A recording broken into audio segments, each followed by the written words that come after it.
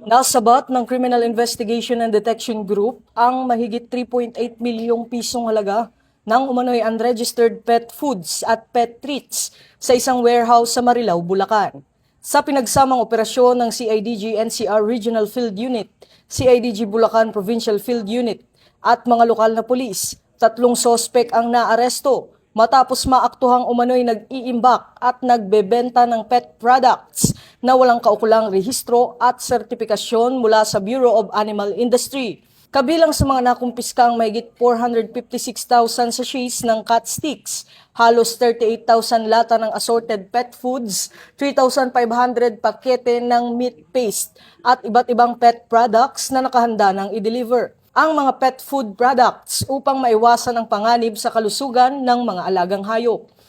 Mula rito sa PNP National Headquarters, ako ang inyong PNN correspondent, Patrolman Don Brosas, alagad ng batas, tagataguyod ng Balitang Pulis.